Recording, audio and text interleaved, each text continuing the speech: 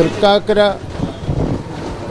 പ്രവർത്തിക്കുന്ന കൊച്ചിൻ പബ്ലിക് സ്കൂളിലാണ്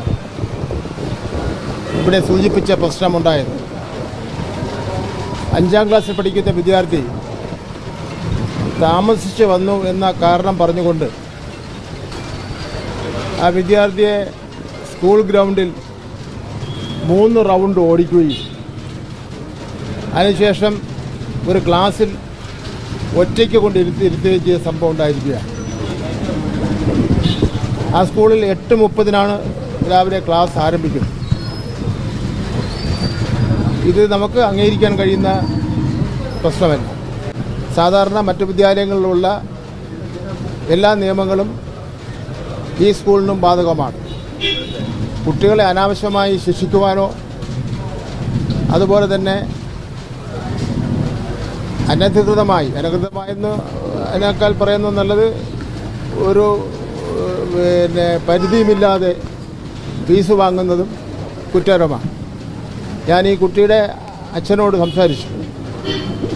സംസാരിച്ചപ്പോൾ അച്ഛൻ പറഞ്ഞത് സ്കൂൾ അധികാരികൾ പറഞ്ഞു വേണമെങ്കിൽ TC വാങ്ങിക്കൊണ്ട് പൊയ്ക്കോളാൻ. അങ്ങനെ ഒരു നിയമമൊന്നും കേരളത്തിലില്ല. ഇഷ്ടമുള്ളപ്പോൾ കുട്ടികളെ ചേർക്കാം, തനിക്ക് ഇഷ്ടമില്ലാതെ വരുമ്പോൾ കുട്ടികളെ TC വാങ്ങിക്കൊണ്ട് പോകാൻ പറയാം. അതൊന്നും നമുക്ക് കേരളീയ വിദ്യാഭ്യാസ സമൂഹത്തിന് യോജിച്ച കാര്യമില്ല.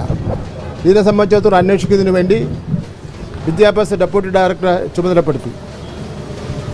വിദ്യാഭ്യാസ ഡെപ്യൂട്ടി ഡയറക്ടർ അന്വേഷിച്ച് കിട്ടിയ വിവരങ്ങളാണ് ഞാനിപ്പോൾ ഇവിടെ സൂചിപ്പിച്ചത്. ഒരു വിട്ടുവീഴ്ചയില്ലാത്ത നടപടി സ്വീകരിക്കും. കുട്ടികളുടെ നല്ല വിദ്യാഭ്യാസവും കുട്ടികളുടെ സുരക്ഷയും ഏറ്റവും അത്യാവശ്യമാണ്.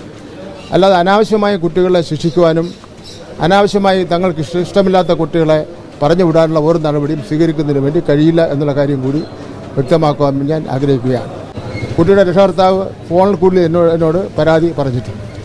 അവിടെ 1 മിനിറ്റോ 2 മിനിറ്റോ വൈകി എത്തുന്ന എല്ലാ കുട്ടികളെയും 2 റൗണ്ട് 3 റൗണ്ട് ഓടിക്കുക നിത്യ സംഭവമാണ്. 8:30 മണിക്കാണ് ക്ലാസ് ആരംഭിക്കുന്നത്. ഈ തിരക്കിനിടയിൽ വരുന്ന അവസരത്തിൽ ചിലപ്പോൾ 1-2 മിനിറ്റൊക്കെ താമസിക്കും.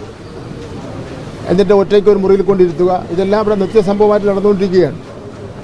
ഇത് അവരുടെ നിയമമാണെന്ന് പറഞ്ഞ് അവരുടെ ഡയറിയിലും പ്രിൻ്റ് ചെയ്തിട്ടുണ്ടെന്നാണ് ഞാൻ മനസ്സിലാക്കുന്നത്. അങ്ങനെ ഡയറിയിൽ പ്രിൻ്റ് ചെയ്യാൻ വേണ്ടി അവർക്ക് ആര് കൊടുത്ത അവകാശം? അങ്ങനെ തങ്ങൾക്ക് ഇഷ്ടം പോലെ നിയമം ഉണ്ടാക്കി ആ നിയമത്തിൻ്റെ അടിസ്ഥാനത്തിൽ വിദ്യാഭ്യാസ സ്ഥാപനം നടത്തുക, ആ വിദ്യാഭ്യാസ സ്ഥാപനങ്ങൾ